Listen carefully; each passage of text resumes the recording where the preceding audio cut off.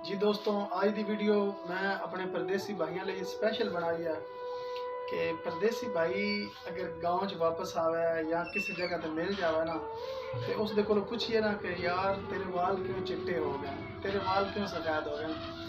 तो आखदा बाबा उतों का पानी नहीं सही, उतों का पानी खराब है। तो पूछिए यार तेन दिल का मसला बन गया है, तू इन्ना कमज़ोर हो गया है, की वजह बनी है परदेश च तू इन्ना अरसा रहा है। तो कहता बस उत्थों तो पानी ना ही सही जी, उत्था बस पानी की वजह तो ना यह काम बन गया।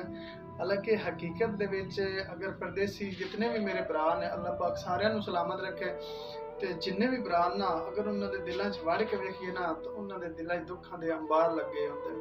उन्होंने दिलों में इतने दुख होंगे ने कि किसी को अपने भैन भरा पढ़ाने की टेंशन होंगी है, किसी को अपने माँ बाप का कर्जा चढ़े होंगे वो लाने की टेंशन होंगी है, किसी को अपने बच्चों के वास्ते हलाल रिज़्क कमाने की टेंशन होंगी है। हकीकत च इन्होंने दिलों में बहुत दुखों के अंबार लगे होंगे। मेरा तमाम परदेसी भाइयों वास्ते खसूसी सलाम और सलूट।